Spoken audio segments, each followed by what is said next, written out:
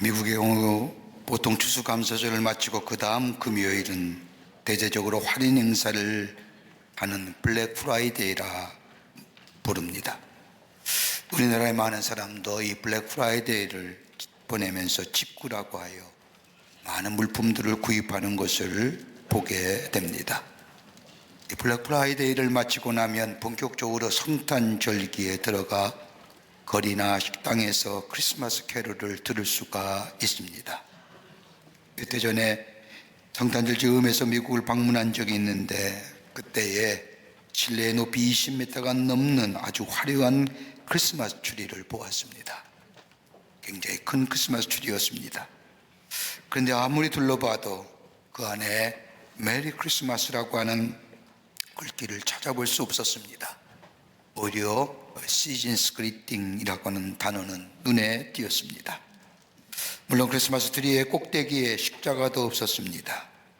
근데 그 옆에 조그만 오두막이 놓여져 있는데 그것이 보는 순간 저 안에는 아기 예수님과 더불어 마리아가 있을 것이라고 생각하고 들여다보니 눈사람이나 하나 들어가 있고 그 주위에 선물 꾸러미들이 가득 쌓여 있는 것을 보았습니다.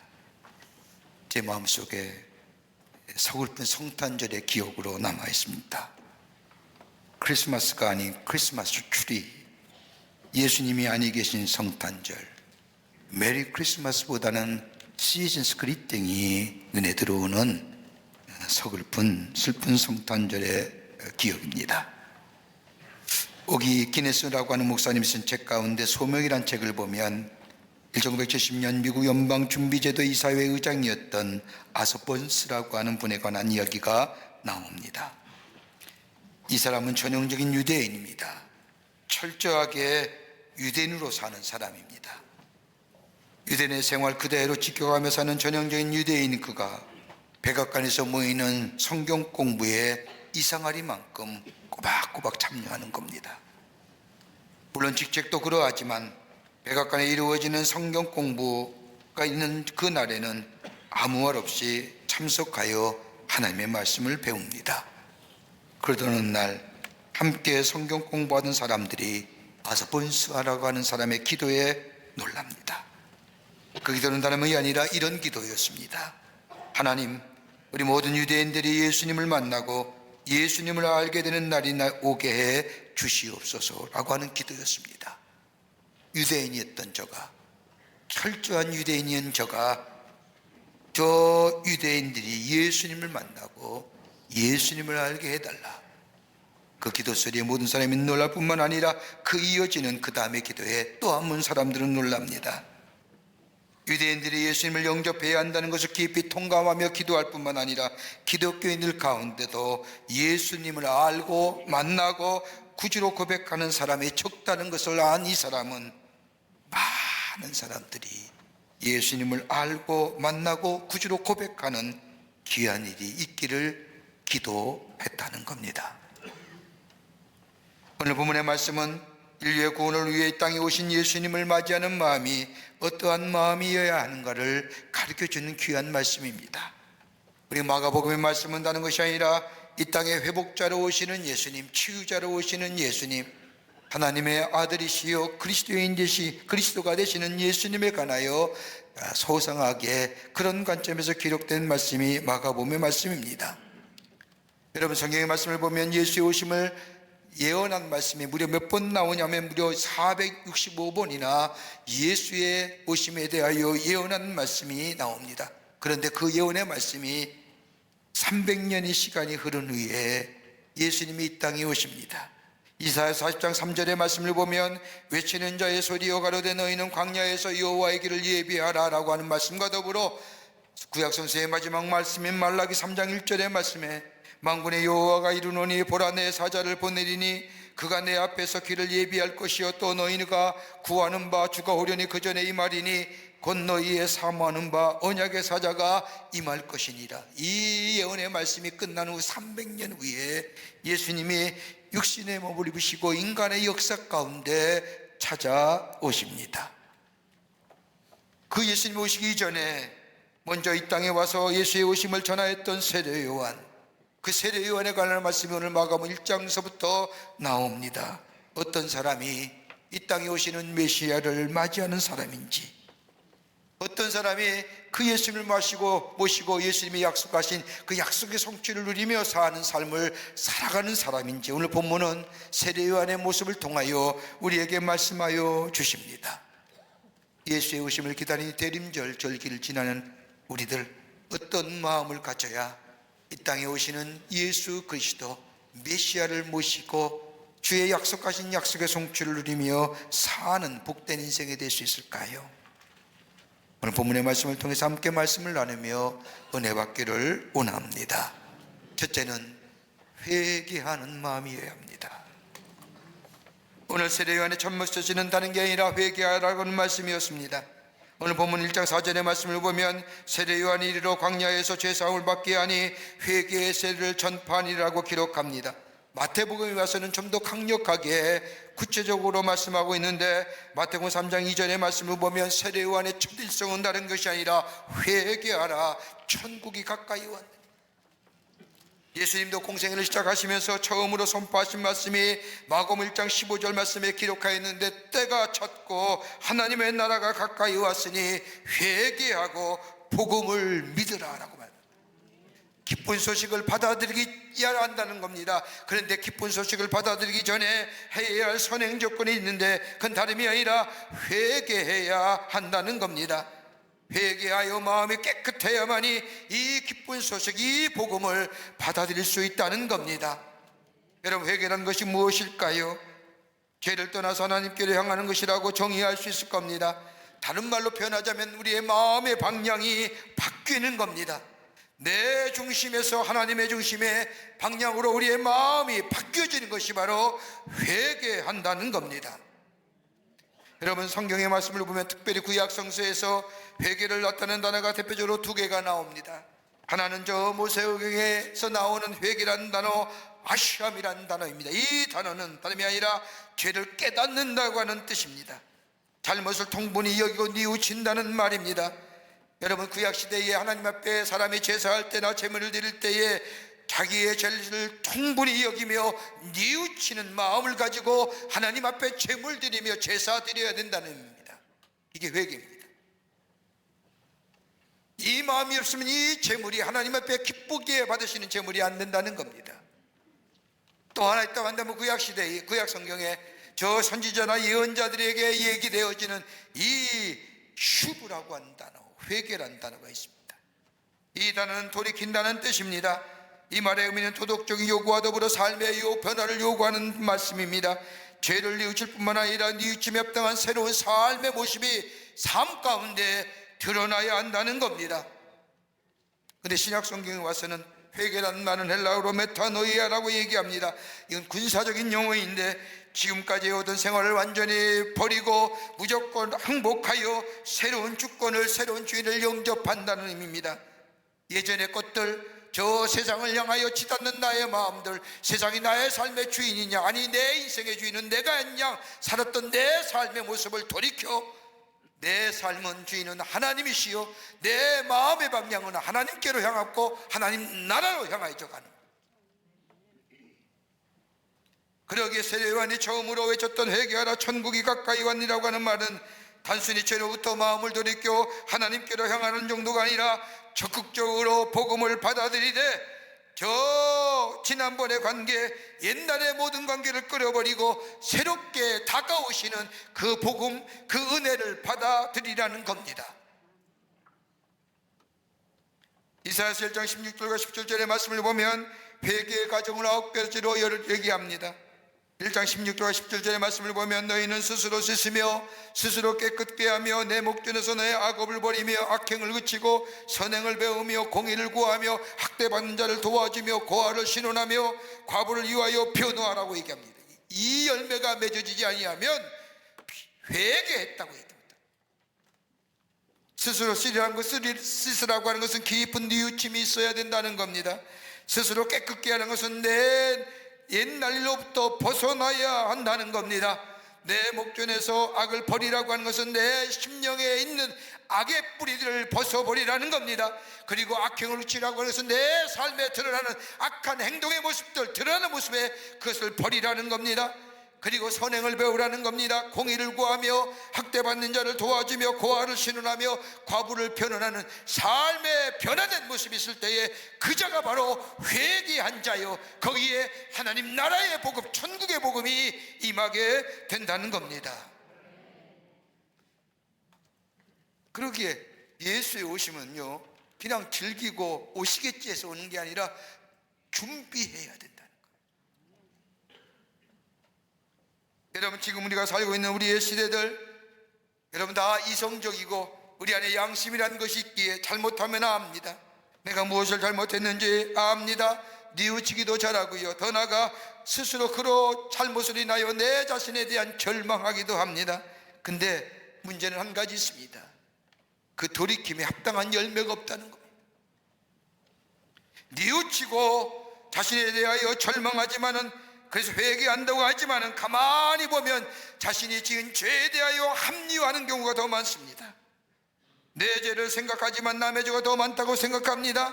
남에게 사과를 하러 갔으면 내가 잘못했습니다 하고 말하면 그만인데 꼭 그 다음에 이어지는 말이 있습니다. 잘못했습니다마는, 그런데 당신은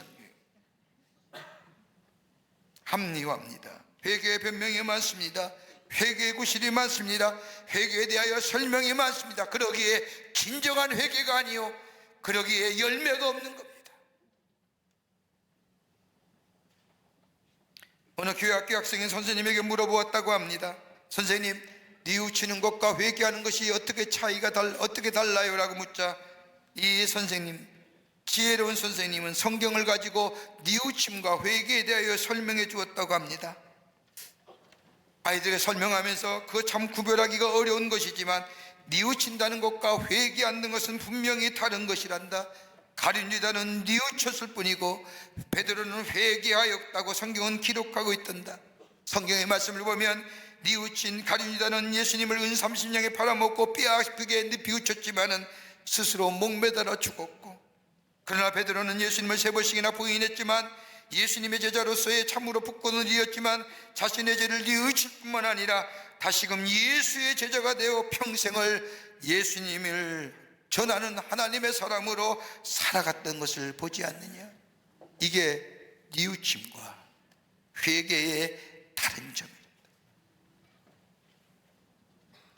자신의 죄에 대하여 절망하는 것과 좌절하는 것이 아니라 내가 이런 사람이었구나, 내가 이런 죄인이었구나, 내가 이렇게 구제불능이라 라고 절망하는 것이 아니라 내게 베푸시는 하나님의 은혜를 내 마음에 받아들이고 그 은혜를 수용함으로 내 삶의 주인, 이제 내가 아니라 하나님이요, 예수요, 내 삶의, 내 인생의 가치는 저 멀어져가는 세상이 아니라 다가올 하나님의 나라요.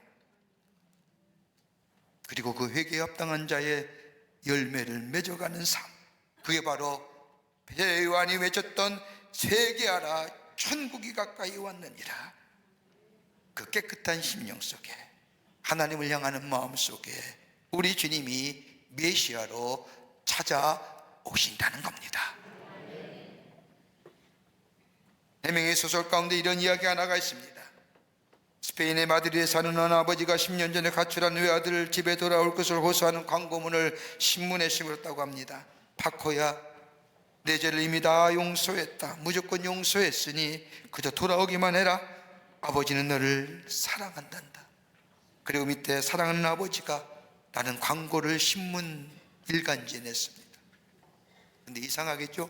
하루 만에 무려 80명의 사람이 전화했다고 합니다. 우리 아버지가 맞습니까? 이렇게 80명이라고 하는 많은 숫자가 전화했다는 것은 다름이 아니라 스페인에서는 파코라는 이름이 가장 흔한 이름이라고 합니다. 웃을 일이 아니라 그만큼 많은 사람들이 집을 떠나 산다는 겁니다. 대림절이란 아버지께로 돌아가는 계절입니다. 하나님을 믿는 자로서 멀어졌던 우리의 삶의 자리, 신앙의 자리, 다시금 돌아가는 자리입니다. 방향을 돌이켜 회개하며 돌아가는 그 자리, 거기에 우리 주님이 임재하시고 우리에게 찾아오실 뿐만 아니라 주님이 우리에게 약속하신 것처럼 구원과 회복과 새로운 삶의 변에 그리고 30배, 60배, 100배의 열매가 맺는 인생으로 우리에게 약속하신 대로 이루시는 놀라운 은혜가 있게 될 줄 믿습니다. 두 번째는 겸손한 마음 속에, 겸손한 마음으로 기다리는 그 속에 예수님이 찾아오십니다. 오늘 본문에 나오는 세례요한의 고백을 보십시오. 마가복음 1장 7절의 말씀을 보면 나보다 능력 많으신 이가 내 뒤에 오시나니 나는 굽혀 그의 신들매를 풀기도 감당치 못하겠나이다라고 말합니다.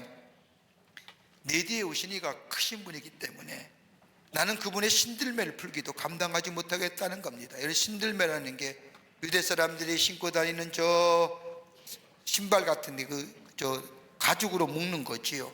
그거 풀기가 쉽죠. 풀기도 어려운 사람이라는. 이보다 더 감동적인 고백은 요한복음 3장 30절에 나옵니다. 그는 흥하여겠고 나는 쇠하여야 라고 얘기합니다.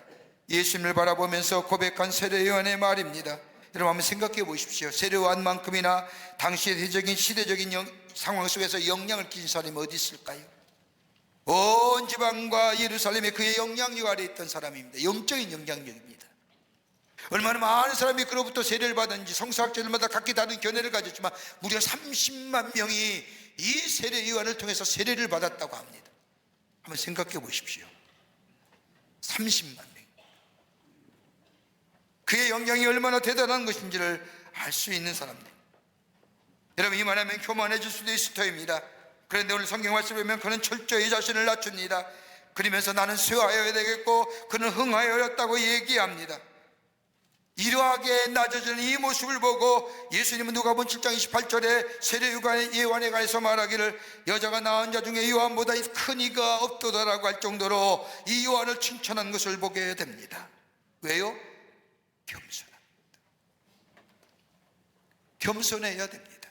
낮아져야 됩니다. 여러분 지금의 시대가 겸손의 시대일까요? 도널드 고에츠라고 하는 유명한 사람은 이야기하기를 지금의 시대를 가리켜 정의하기를 반겸손의 시대라고 말합니다. 겸손하지 못하는 시대라고 하는 겁니다.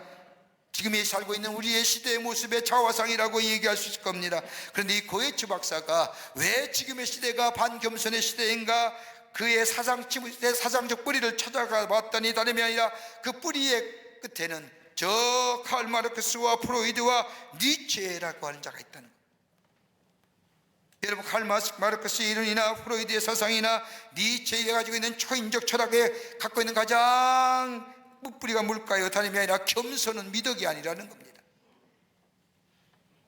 겸손이란 사람을 억압하는 구실이며 인류 발전을 저해하는 구실이라고 얘기합니다.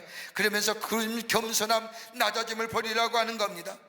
착취하는 자가 착취당하는 자를 순종하기 위해서 착취의 수단으로 겸손이라는 단어를 쓰는 것이고, 지배하는 자가 지배받는 자로 자기는 정신적으로 꼼짝하지 못하도록 지배하기 위해서 겸손이라는 단어를 쓰니 현혹당하지 말라는 겁니다. 자기의 이성이나 지식이나 과학이나 경험을 자랑하라는 겁니다. 그래야 주권이 찾아져야 된다는 겁니다. 자유로운 존재가 된다는 겁니다. 인권이 회복된다는 겁니다. 근데 여러분 그 결과 우리의 삶의 모습은 어떠십니까? 인간성도 무너졌지요. 관계성도 깨지지요. 여러분 교만한 사람과 관계하고 싶은 사람 없을 겁니다. 만나면 자기 자랑만 하는 사람, 교만한 사람, 거만한 사람과 관계성을 맺으며 살기는 원치 않을 겁니다. 사회성도 무너졌죠. 인간성도 무너졌죠. 관계성도 무너져가지고. 얼마 전에 말씀드렸지, 지금 우리의 시대에 가장 사라진 단어가 있다고 한다면 감사합니다, 죄송합니다, 사랑합니다. 그 가운데 뭐예요? I'm sorry 하는 거.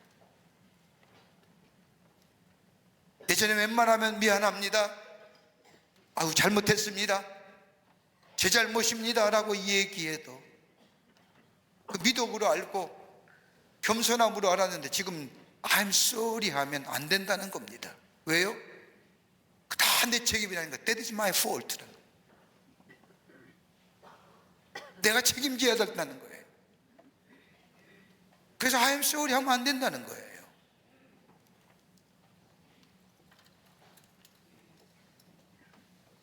겸손해져야 됩니다. 예수님을 맞이하기 위해서는 낮아져야 됩니다.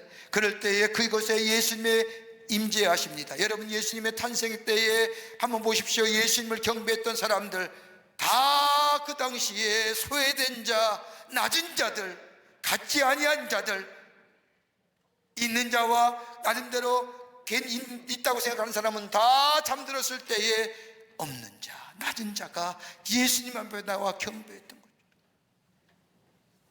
겸손한 곳에 예수님이 임하십니다. 낮은 자리에 예수님이 임하십니다. 여러분, 고린도서 10장 30절의 말씀을 보면 바울이 고린도 교회를 향하여 편지하기를 어찌하여 내가 감사하다는 것에 대하여 비방을 받으리요. 여러분, 내가 감사하다는 말에 누가 나를 비방할 수 있느냐는 겁니다. 낮아지는 자에게 누가 누가 나에게 비방하며 겸손한 자에게 누가 비방할 수 있다는 겁니다. 빌립보서 2장 5절과 8절의 말씀을 보면 예수님이 이 땅에 오심과 더불어 예수의 모습을 가장 잘 표현한 말씀이 나옵니다. 너희 안에 이 마음을 품으라. 그는 그리스도 예수의 마음이니 그는 근본 하나님의 본체시나 하나님과 동됨을 취할 것으로 여기지 아니하시고 오히려 자기를 비워 종의 형체를 가져 사람들과 같이 되셨고 사람의 모양으로 나타나셨음에 자기를 낮추시고 죽기까지 복종하셨으니 그 십자가에 죽으심이라. 예수의 마음, 낮아지는 마음, 하나님과 동등됨을 취할 것으로 여기지 아니하시고 종의 형체를 가지시고 인간의 역사에 찾아오셔서 인간의 죄를 위하여 대속제물로 십자가에 죽으시고 하나님의 뜻에 복종하셨던 것들, 이 겸손한 모습을 배우라는 겁니다. 이럴 때에 예수님이 이 땅에 오심과 더불어 임마누엘의 기쁜 소식을 경험할 수 있다는 겁니다. 여러분, 겸손함에는 원망과 시비가 없습니다. 겸손한 마음에는 말씀 그대로 순종합니다. 마음이 열려진 마음이 됩니다. 이러한 자에게 하나님은 은혜를 주시고 이러한 자에게 하나님은 약속을 선물로 허락하여 주시고 이런 자에게 예수의 그리스도의 탄생하심과 더불어 임마누엘의 기쁨을 허락하여 주십니다. 여러분, 겸손해야 한다는 휴밀리티라고 얘기하는 이 단어는 휴모스라고 하는 단어에서 라틴어에서 나왔습니다. 휴모스라고 하는 것은 부식토를 말합니다. 여러분, 집안에서 화초나 식물이 죽어갈 때에 부식토 혹은 유기물이 있는 썩은 토양을 사서 분갈을 해줄 때에 그 식물이나 화초가 새로운 생기를 갖게 될 뿐만 아니라 새로운 생명과 더불어 열매를 맺는 것을 보게 됩니다. 이게 부식토입니다. 휴모스. 겸손할 때에 우리 안에 새로운 생명의 역사를 가지게 합니다. 낮은 자의 자리에 겸손한 마음으로 주님의 오심을 기다릴 때 우리 주님이 우리에게 찾아오셔서 약속하신 대로 구원과 그리고 우리의 삶의 치유와 회복과 더불어 주께서 우리에게 약속하신 것처럼 약속의 성취를 통하여 30배, 60배, 100배의 열매를 맺는 하나님의 백성의 삶으로 살아가는 놀라운 약속의 성취와 더불어 은혜를 허락하여 주시는데 어느 분의 겸손한 자에게 우리 메시아가 찾아오시어 임재하여 주십니다. 경고해. 끝으로 하나님의 뜻을 받아들이는 마음에 우리 주님이 오십니다. 뜻을 받아들이는 거예요. 하나님의 뜻을. 오늘 본문의 말씀을 보면 세례 요한은 자신의 위치를 분명히 알았습니다. 자신이 아닌 일이 무슨 일인가를 분명히 깨달았습니다. 그러게 마태복음 1장 3절의 말씀을 보면 광야에 외치는 자의 소리가 있어 가로되 너는 주의 길을 예비하라 그의 첩경을 평탄케 하라. 그리고 7절에 와서는 그가 전파하여 가로되 나보다 능력이 많으시니가 내 뒤에 오시나니 라고 얘기합니다. 자신을 주의 길을 예비하는 자의 모습, 다른 말로 표현한다면 예수 그리스도의 길을 예비하는 자, 메시아의 길을 예비하는 자라는 겁니다. 그리스도를 드러내기 위한 준비의 도구로 하나님의 자신을 사용하고 있다는 사실을 이 세례 요한은 깨달았습니다. 그러기에 세 번역의 성경을 보면 내 뒤에 오시는 분은 나보다 훨씬 훌륭하고 나는 그의 신발끈을 풀어주는 노예보도 못하도다. 하나님이 준 직책을 충실히 감당하는 사람으로 자신을 고백합니다. 여러분, 이 장면이 한 번 더 나오지요. 요한복음 3장 27절 이하의 말씀을 보면 요한을 따르던 수많은 무리가 예수님께로 옮겨갑니다. 한번 생각해 보십시오. 엄청난 사람들이 저 메뚜기와 석청을 먹이며 낙태 털옷으로 입고 박지팡이를 지며 회개하라 천국이 가까우니라 이 독사의 자식이라 외쳤던 이 세례 요한의 그 말에 얼마나 많은 사람들이 모여서 그 말을 경청했는지요. 근데 예수님이 오시면서 이적과 기적을 베푸시며 놀라운 일들을 베푸자 세례 요한을 따랐던 수많은 사람들이 예수께로 옮겨갑니다. 이 모습을 본 세례 요한의 제자들이 와서 세례 요한에게 묻습니다. 선생님, 섭섭하지 않습니까? 사람들이 다 예수님을 따라갑니다. 그때 세례 요한은 요한복음 3장 27절과 29절의 말씀을 보면 만일 하늘에서 주신 바가 아니면 사람이 아무것도 받을 수가 없느니라. 하나님이 하신 일이지 내가 하는 일이 아니라는 거예요. 나의 말한 바 나는 그리스도가 아니요 그 앞에 보내심을 받은 자라고 하는 것을 증거하는 자는 너희니라. 신부를 취하는 자는 신랑이나 서서 신랑의 음성을 듣는 친구가 크게 기뻐하나니 나는 이러한 기쁨에 충만하였노라. 내 기쁨이 아닌 거예요. 나는 그냥 신랑 둘러리에서 신랑이 기뻐하면 같이 기뻐하는 자.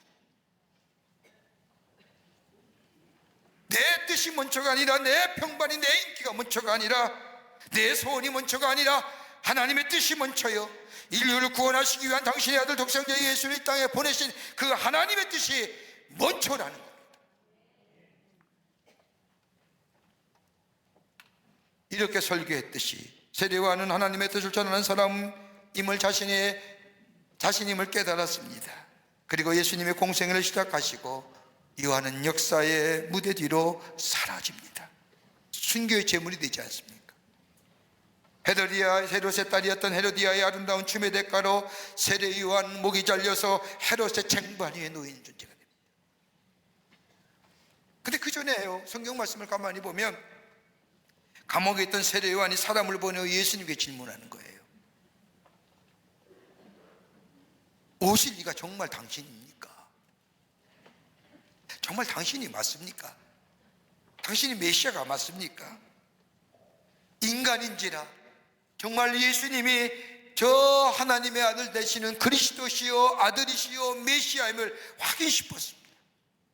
그때 예수님께서 마가복음 마태복음 11장 4절서부터 6절의 말씀을 보면 너희가 가서 듣고 보는 것을 요한에게 구하되 소경이 보며 안진뱅이가 오르며 눈무등병이가 깨끗함을 받으며 귀머리가 들으며 죽은 자가 살아나며 가난한 자에게 복음이 전파된다 하라. 누구든지 나를 인하여 실족하지 아니한 자는 복이 있도다. 여러분 앞에 있는 말씀은 예언의 말씀이에요. 예언의 성취예요. 그리고 누구든지 나를 인하여 실족하지 않으면 나를 믿으면 복된 존재, 복 있는 자가 될 것이다. 이 말에 요한은 힘을 얻죠. 그리고 헤롯의 쟁반에 자신의 목을 올려놓쳤습니까?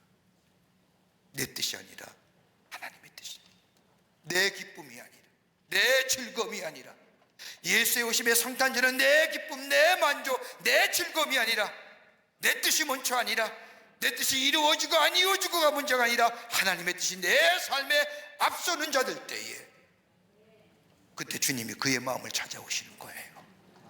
그리고 뭐예요? 약속하신 대로 구원을 주시고 우리의 상한 심령을 치유하여 주시고 그뿐 아니라 주께서 우리에게 약속하신 것처럼 30배, 60배, 100배의 열매가 맺는 하나님의 사랑으로 세우시는 구원받은 백성으로 이 땅으로 살아가는 귀한 은혜가 우리 가운데 임하게 됩니다. 이게 대림절이에요. 주님이 우리 가운데 오십니다. 회개해야 됩니다. 깨끗한 마음의 심령 되어야 됩니다. 낮아져야 됩니다. 교만하지 말아야 됩니다. 대림절은 더욱더 하나님 앞에 가까이 가는 계절이요, 대림절은 더 겸손해지고 낮아지는 계절이요, 대림절은 하나님의 뜻을 더 많이 생각하는 계절이요. 그럴 때에 우리 주님이 우리 가운데 찾아오시오 약속한 것을 이루실 뿐만 아니라 하늘의 놀라운 은혜와 하늘의 축복을 우리 가운데 허락하여 주실 줄을 믿습니다. 이 은혜가 여러분과 저 가운데 넘쳐나시기를 주의 이름으로 축원합니다. 하나님 감사합니다. 교회를 사랑하시고 하나님의 자녀 삼으심에 감사합니다. 매년 다가오는 성탄절, 이 대림절이지만 이 대림절에 예수의 오심만을 기다리는 저희가 되지 않게 하여 주시고, 예수님을 맞을 준비하는 저희들, 우리의 마음을 돌이켜 하나님께로 향하게 하시고 낮은 자리에 서게 하여 주시고, 내 뜻보다, 내 감정보다, 내 기분보다 하나님의 뜻을 먼저 생각하는 저희가 되게 하여 주셔서 주님이 오실 때에 기쁨으로 맞이하여 주의 약속하신 대로 구원과 치유와 30배, 60배, 100배의 열매가 맺어지는 놀라운 은혜가 이 성탄절에 있어지게 하여 주시옵소서. 성령이 도우실 줄 믿으며 예수님의 이름으로 기도하옵나이다. 아멘.